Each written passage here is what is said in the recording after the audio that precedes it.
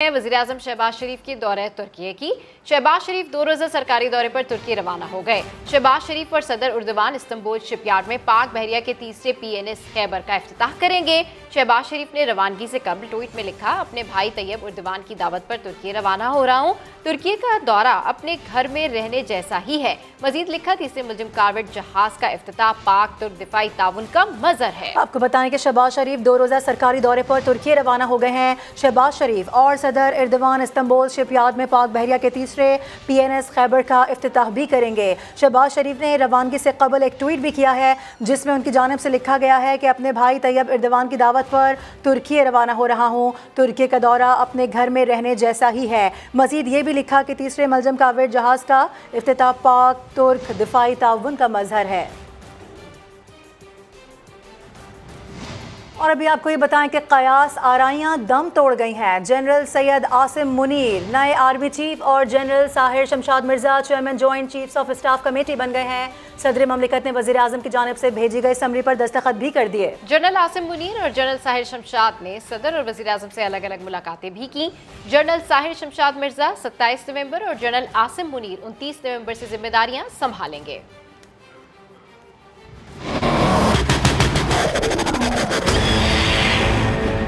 कयास आराइयां दम तोड़ गईं। लेफ्टिनेंट जनरल आसिम मुनीर को मुल्क का 17वां आर्मी चीफ तैनात कर दिया गया है। जनरल आसिम मुनीर 29 नवंबर को सुबुकदोश होने वाले जनरल कमर जावेद बाजवा से अफवाजे पाकिस्तान की कमान लेंगे। सदर मुमलिकत डॉक्टर आरिफ अलवी ने अहम तकर्रियों से मुताल्लिक समरी पर दस्तखत किए, जिसके बाद जनरल आसिम मुनीर नए आर्मी चीफ और general Sahir Shamshad Mirza chairman joint chiefs of staff committee बन गए हैं। हुकूमत ने दोनों अफसरान की तकर्रुरी के लिए समरी ऐवाने सदर भेजी थी। समरी मिलने के बाद सदर आरिफ अलवी ने जमान पार्क लाहौर में चेयरमैन PTI इमरान खान से मुलाकात की और फिर वापस इस्लामाबाद पहुंचकर आइन के आर्टिकल 243 के तहत वजीर आजम की एडवाइस पर अहम तकर्रियों की मंजूरी दे दी। समरी पर दस्तखत के बाद जनरल आसिम मुनीर ने ऐवाने सदर पहुंचकर सदर आरिफ अलवी से मुलाकात की। Chairman joint chiefs of staff committee general Sahir Shamshad Mirza भी ऐवाने सदर पहुंचकर आरिफ अलवी से मिले। सदर मुमलिकत ने अहम जिम्मेदारियां संभालने वाले ऑफिसर्स के लिए नेक तमन्नाओं का इजहार किया। अपडेट करेंगे आपको। आर्मी चीफ और chairman joint chiefs of staff committee की तकर्रुरियों का नोटिफिकेशन जारी कर दिया गया है। जनरल कमर जावेद बाजवा और जनरल नदीम रजा की रिटायरमेंट का नोटिफिकेशन भी जारी हो गया है। जनरल आसिम मुनीर की बतौर आर्मी चीफ और chairman joint chiefs general Sahir Shamshad Mirza की 3 साल की तकर्रुरी का नोटिफिकेशन जारी किया गया है, जबकि जनरल नदीम रजा की 27 नवंबर, जबकि army chief general Qamar Javed Bajwa की 29 नवंबर को रिटायरमेंट का नोटिफिकेशन भी जारी हो गया है। जनरल आसिम मुनीर 29 नवंबर को बतौर 17वें आर्मी चीफ पाक फौज की कमान संभालेंगे।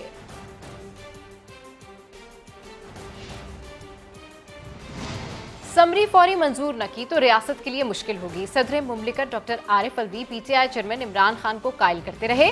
मुलाकात की अंदरूनी कहानी समा सामने ले आया। सदर ने कहा कि मुझे ना रोकें, दस्तखत करने दें, ये मुल्क के दिफा का मामला है, इस पर सियासत ना करें। तफसीलात समा के head of investigation unit Zahid Gishkori की रिपोर्ट में। डिसाइड किया हुआ है आरिफ प्रेसिडेंट ने और हमने कि हम कानून के अंदर रह के खेलेंगे।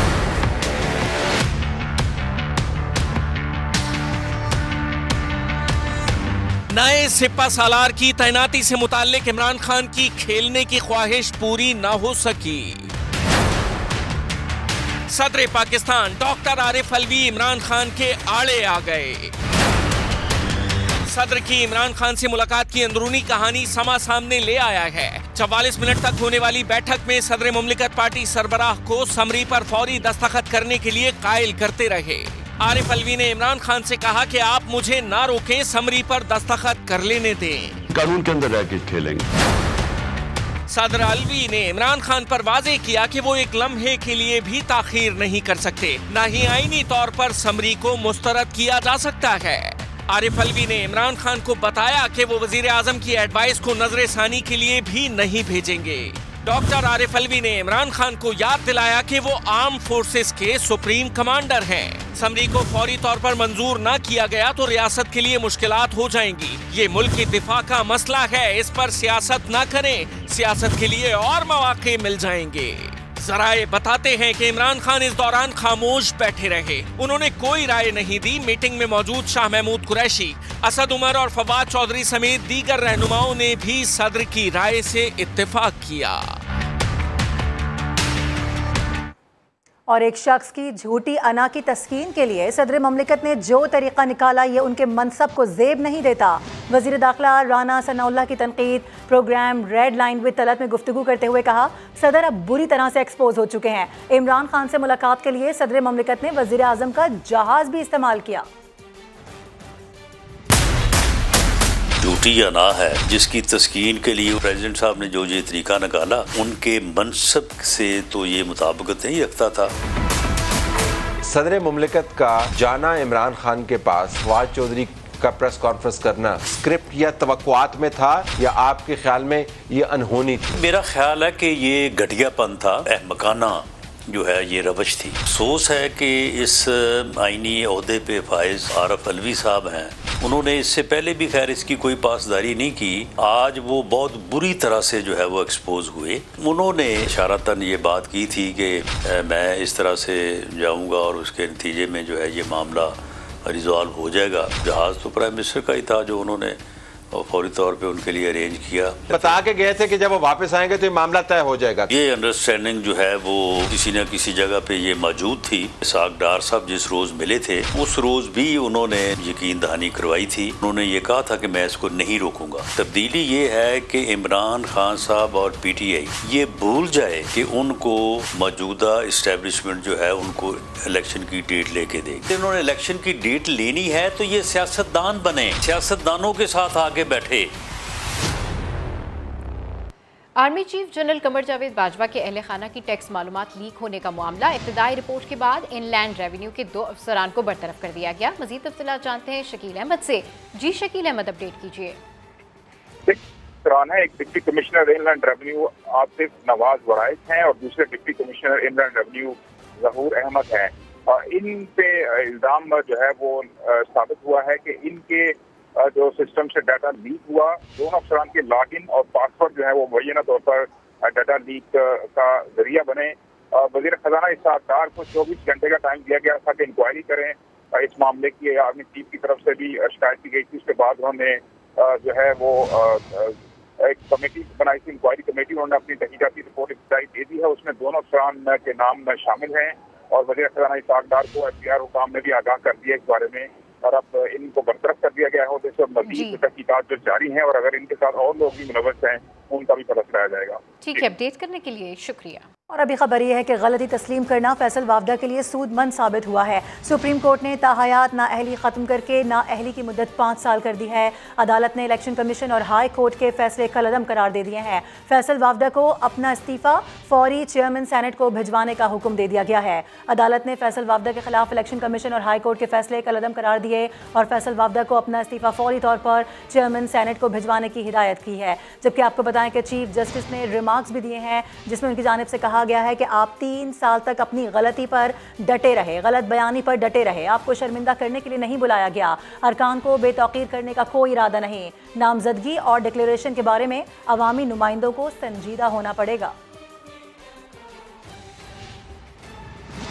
PTI चेयरमैन इमरान खान का वीडियो पैगाम, बोले मैं चाहता हूं सब लोग 26 नवंबर को पिंडी पहुंचे। हमने पैगाम देना है कि कौम हकीकी आज़ादी तक खामोश नहीं बैठेगी। पाकिस्तानियों, 26 नवंबर हफ्ते को पिंडी में 1 बजे मैं चाहता हूं कि आप सब शिरकत करें मेरी हकीकी आज़ादी की मार्च पे। हम सब इस मार्च में शिरकत करेंगे सारे मुल्क को पैगाम देने के लिए कि ये कौम अब तब तक चुप करके नहीं बैठेगी जब तक हम हकीकी तौर पे आज़ाद नहीं होते। और रावलपिंडी की जिला इंतजामिया ने पीटीआई को फैजाबाद के पास जलसे की इजाज़त दे दी है। रावलपिंडी पुलिस को सिक्योरिटी इकदाम के अहकाम भी जारी कर दिए गए हैं। इमरान खान सिक्योरिटी इदारों का तयशुदा रास्ता ही इस्तेमाल कर सकेंगे, जबकि नोटिफिकेशन के मुताबिक जलसे में रियासत मुखालिफ नारेबाजी की बिल्कुल भी इजाज़त नहीं दी जाएगी। तो आज ये अहम फैसला सामने आया है, नोटिफिकेशन जारी किया गया है। साथ ही आपको ये बताएं कि रियासत मुखालिफ नारेबाजी की बिल्कुल इजाज़त नहीं होगी। नोटिफिकेशन में ये वाज़े किया गया है, किसी भी जानी नुकसान के जिम्मेदार जलसा इंतजामिया होगी, ऐसा भी वाज़े कर दिया गया है।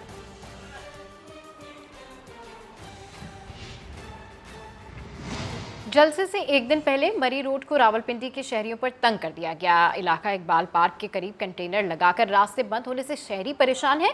इस हवाले से मजीद तफसीलात बता रहे हैं समा के नुमाइंदे उमर आसिफ। जी उमर, अपडेट कीजिए। जी बिल्कुल, देखिए मैं इस टाइम मौजूद हूँ मरी रोड पे शमसाबाद के मुकाम पे, जहाँ कल पाकिस्तान तहरीक इंसाफ की जानिब से एक जलसा किया जाएगा।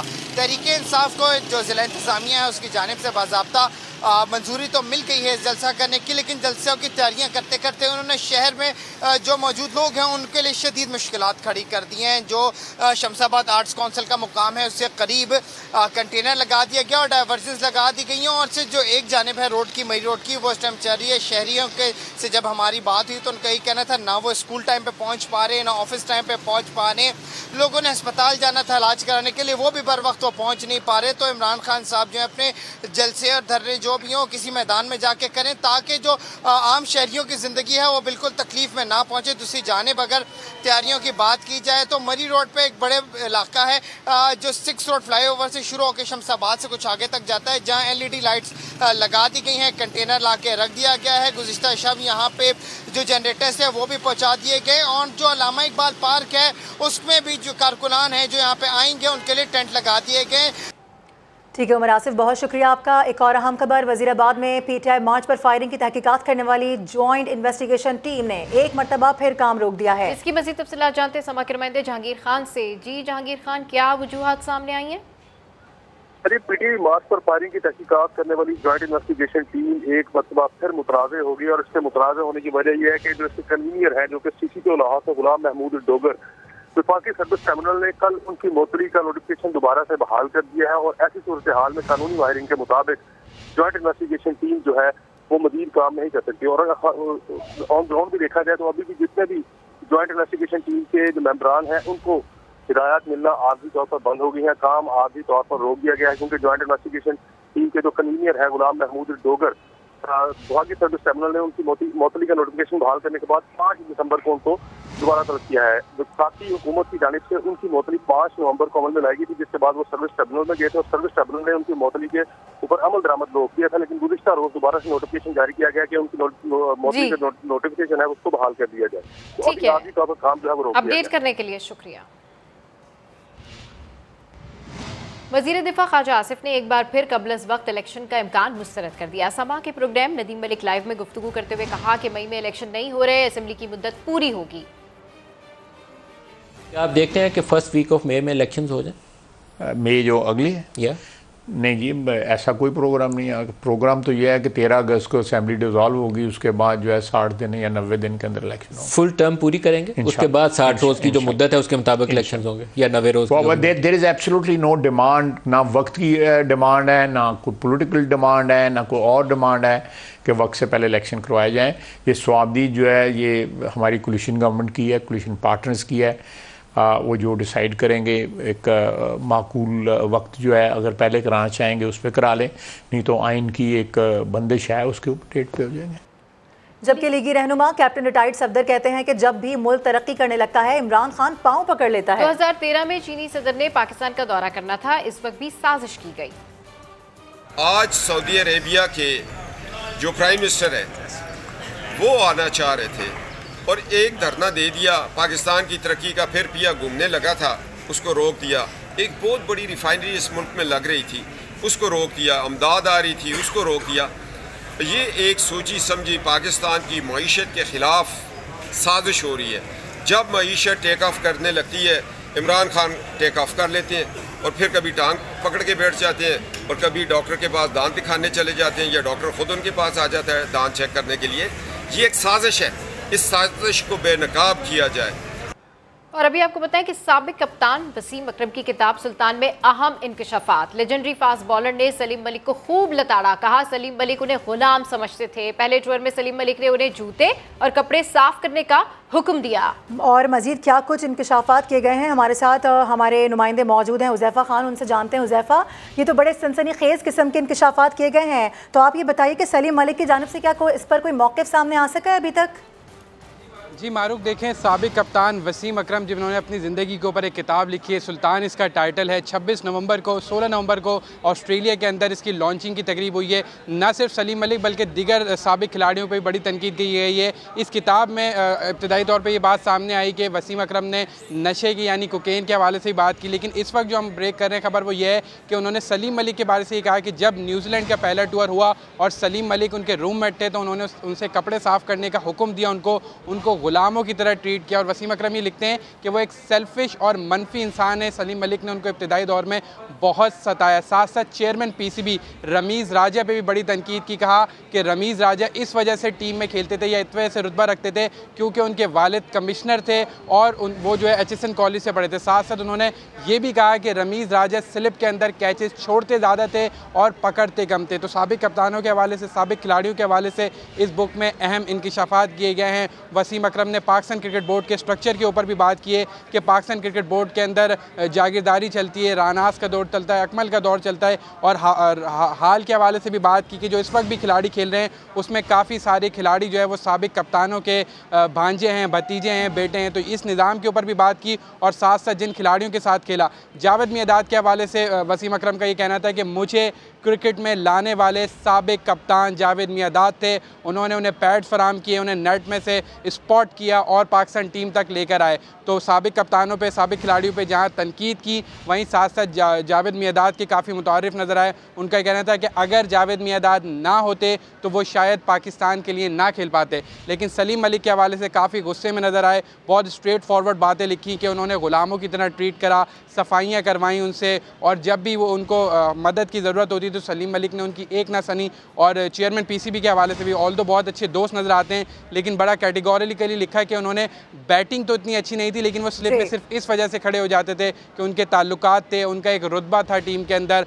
और कमिश्नर थे उनके वाले, जिसकी वजह से उनको ये अपॉर्चुनिटी मिलती थी कि वो स्लिप में अगर कैच छोड़ते भी थे तो उनको कोई कुछ नहीं कहता था। ठीक है ज़ैफ़ा, इस हवाले से आपने तफसीलन आगाह किया, बेहद शुक्रिया आपका।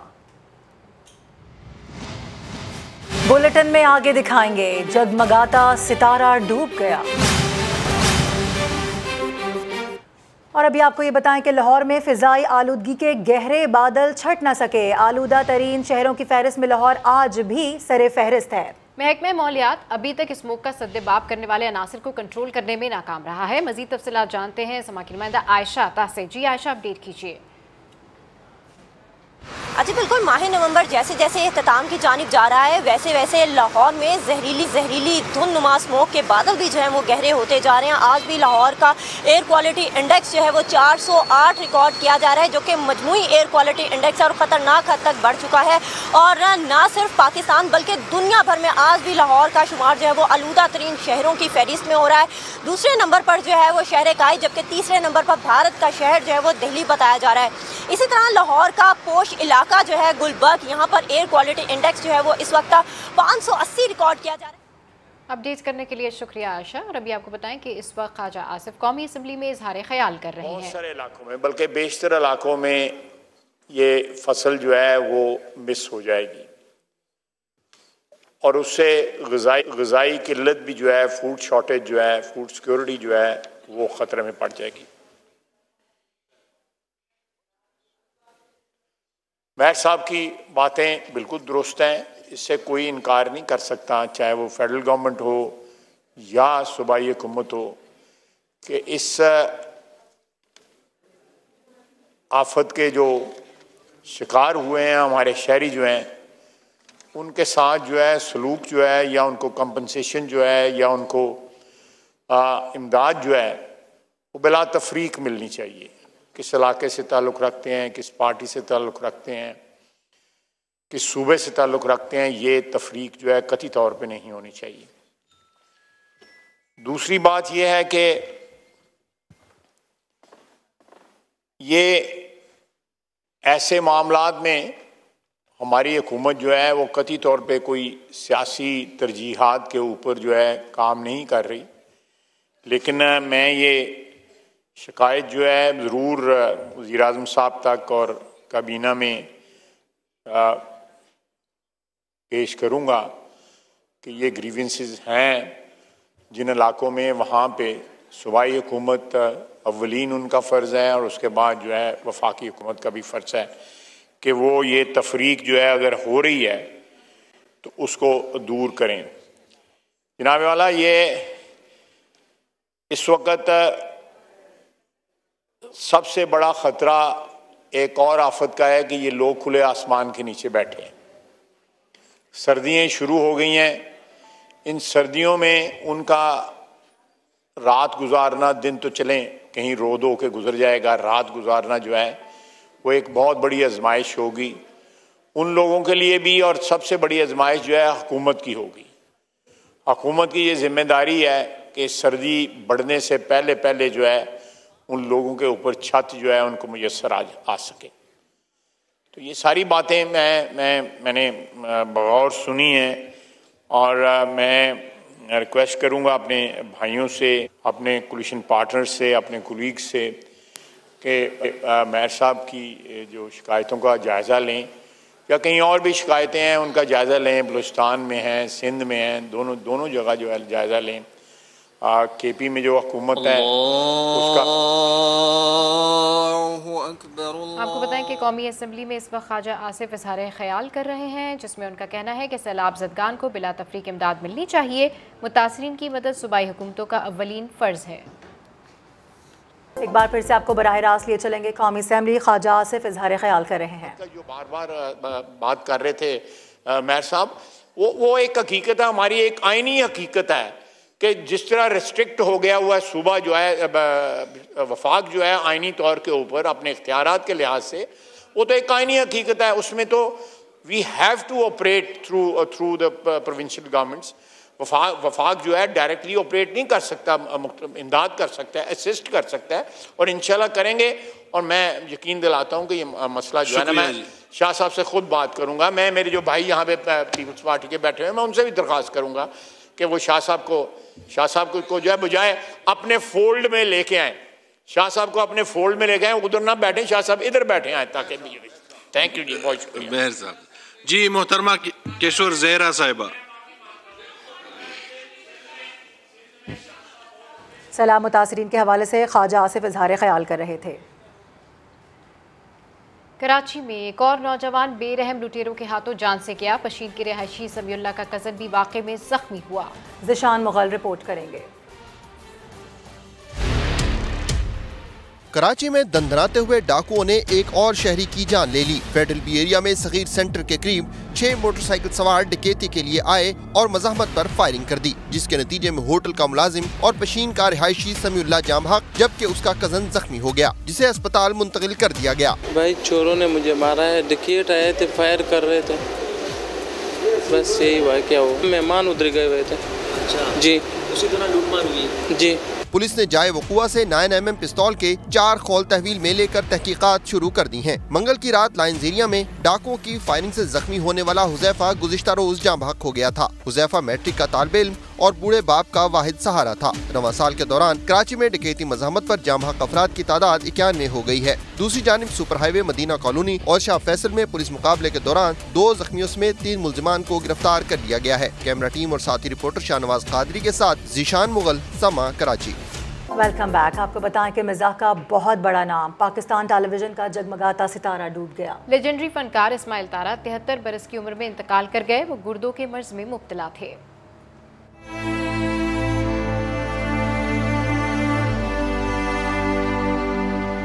आर्ट की सबसे मुश्किल सिर्फ मिजाह का वो सितारा जो पहले दिन से आखिरी दिन तक जगमगाता रहा, डूब गया।